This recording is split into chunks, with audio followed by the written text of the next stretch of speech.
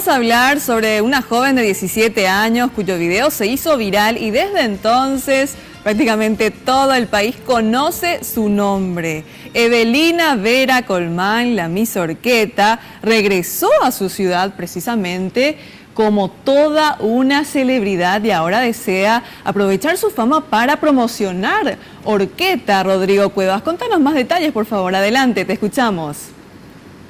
Buenas tardes, gracias. Y sí, Evelina Vera Colmán, ese nombre retumbó por todas las redes sociales en esta semana, en los grupos de WhatsApp, en Facebook. Recorrió el video donde se observa a la Miss de Orqueta eufóricamente mencionando su ciudad, Orqueta, gritándolo y convirtiéndose en tendencia y en viral en solo minutos en las redes sociales. ¿Qué pasó con ella? Regresó a su ciudad natal, Orqueta, y fue recibida como una verdadera heroína. Inclusive le organizaron un desfile, le recibieron con pancartas, con flores, y bastante emocionada mencionaba esto Evelina.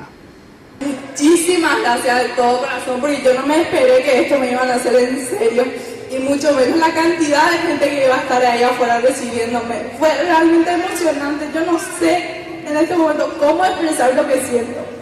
Estoy muy feliz con ustedes, quiero decirles, soy orgullosa de ser orqueteña.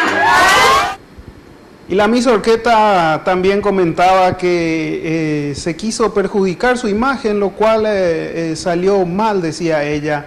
Lo primordial era que dejase en alto el nombre de su ciudad, Orqueta. Ella menciona que quiere quitar ese estigma de que en esa zona solamente hay violencia.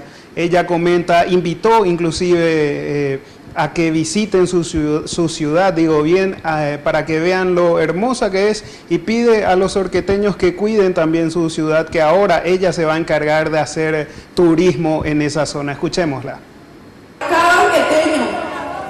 Cada orqueteño tiene la misión de cuidar nuestra ciudad. Cuidemos la cuadra de nuestra casa, limpiemos, por favor. Juntos podemos hacer que nuestra ciudad brille y no solamente llegue al Paraguay, sino al mundo entero. Muchísimas gracias. ¡Bravo!